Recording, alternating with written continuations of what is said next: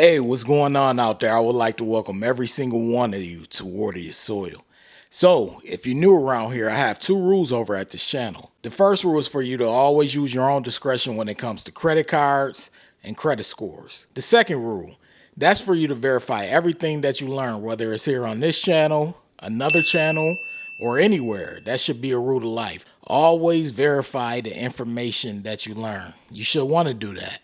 So getting into the video, this video is going to be about the ugly side and the dark side of credit card rewards. Now, some of you probably heard that and you probably like, what's the dark side and the ugly side of credit card rewards? Credit card rewards are great. They could get you trips.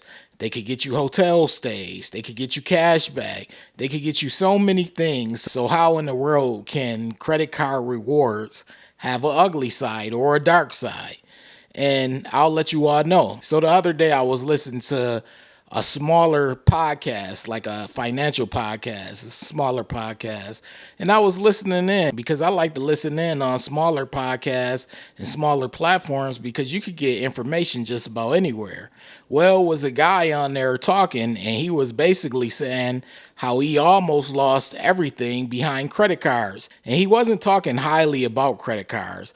He was basically saying how he despised credit cards and they almost landed him in a bad position financially where he almost lost it all. And it sparked something in me. It reminded me of where I've been recently and where I was previously. It's something that's not talked about often in regards to credit cards. You often have people, when you first sign up for a credit card and you see that approval, it can give you a high. This happens to a lot of people. You get a natural high. The novelty sets in and the instant gratification sets in, and all of a sudden you're like, wow, I got approved for this credit card. You see that approval sign and it makes people feel good. There needs to be a psychological study. I'm not sure if it is, but there should be on this, because when you see that approval letter and you see the annual fee that you're approved for, that can make a lot of people feel good instantly. And a lot of people, they constantly chase that natural high of getting approved for a credit card, and it can become addicting. Now, some of you may say, hey, that's not a bad thing. It's not something that could really physical harm someone. But on the same scale as gambling, it can land people in trouble. It can actually ruin people's lives just by chasing credit cards and credit card rewards and intro bonuses and things like that. I remember the other day, I just had an itch to sign up and apply for a new credit card. I don't need a new credit card. I'm being honest. I don't need to add a new credit card to my collection. I'm fine where I'm at. Actually, I'm in the process of credit card gardening right now. And credit card gardening means I'm holding off on applying for any new accounts and any new credit cards. However, I had the itch to do it. And I was like, man, just going from site to site, bank to bank, looking for a credit card that I could apply for, just because I wanted to feel that instant gratification and I wanted to satisfy that itch that I had. And I had to kick myself. Honestly, I had to snap back into reality, because what I was doing in my mind, I was thinking of things that I don't need, but that I should purchase with a credit card in order to get the intro bonus. And what I want to talk to you all about is that's dangerous. That could land you in a dangerous position.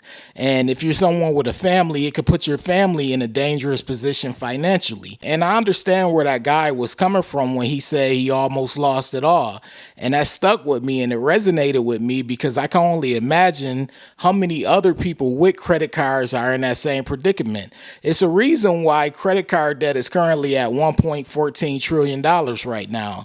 And that's because people may feel the same way as he did. Now, he has a disdain for credit cards now because of where it landed him. I'm assuming that it caused him a lot of heartache and a lot of pain, because he found himself in credit card debt and he lost some things. He said he almost lost it all.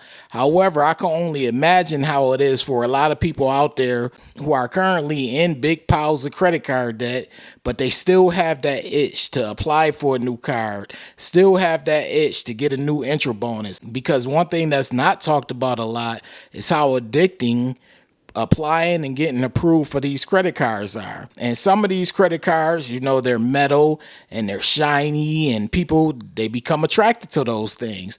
They look at those credit cards as a flex. Now, me personally, I don't view credit cards as a flex. The physical credit card, I do not view it as a flex. I think that's very amateur to look at credit cards as a flex, because these days, a lot of people can get their hands on credit cards, no matter which card it is, because these banks, whether it's Amex with their cards or Chase or whoever, they're going hard with promoting and trying to market their product in order to expand and attract more people. Years ago, not many people had access to American Express Platinum. Years ago, not many people had access to the Chase Sapphire Reserve. But now things are starting to open up, especially with them having these airport lounges. So things are a little different, and people are attracted to those type of cards. And then you have people who are doing churning, and then you have people who want to constantly apply for new cards to try to get those intro bonuses, and then they close out the cards or they stop using them, however they want to do it. But just the whole process of it all can be addicting and can land you in some trouble. People like to look down on people who have gambling addictions, but credit card addiction isn't really talked about as much, and it could land people in just about the same type of financial trouble as gambling addiction can. And me personally, I believe in the next 5 to 10 years, people will start talking about credit card addiction and talk about it on the same level that they talk about gambling, because people can lose out on a lot just from constantly using credit cards. You can land yourself in a lot of debt. I've come across people with $20,000, $30,000, $40,000, even more than $50,000 in credit card debt. And that's a lot of charging going on. So I just wanted to shine light on this issue because I caught myself. I was going through it myself recently. I didn't go through with the act, but I was just thinking about it. I was like, I need to go and apply for a new credit card. Like I stated earlier, I didn't have a need to sign up or get a new credit card. I didn't have a need. But it was all about satisfying that itch. And I can only imagine how many other people out there are attempting to satisfy that itch and sign up for credit cards that they don't need just because they want to hit a new intro bonus or add a new card to their collection. It could be dangerous. It could be dark. And it could be ugly. And I just wanted to share this with you all to be careful, because holiday season is coming up and you're going to be tempted to go out and purchase things and sign up for new credit cards just so you could go and hit these intro bonuses and maybe get points for flights or points for hotels or however you plan on using your intro bonus. But be careful, because if you don't have the funds to pay off whatever you spend, you can land yourself in some big trouble. And you don't want to be in that guy's position where he feel like he almost lost it all. You don't want to be in that position. So make sure you are careful during this holiday season with your spending, and do some pros and cons when it comes to contemplating signing up for a new credit card. Weigh the pros and cons. Do you really need it, or you just want it to satisfy an itch? Like I always state on this channel, I'm pro credit cards, but I'm also about making sure people are smart with credit cards and they don't overdo it, because it is very possible to overdo. But I just wanted to share my thoughts. I just wanted to share what I was going through recently. And I also wanted to share that story that I heard in regards to the guy saying he almost lost it all. But anyways, if you're new around here and you feeling the vibe, this is Water Your Soil.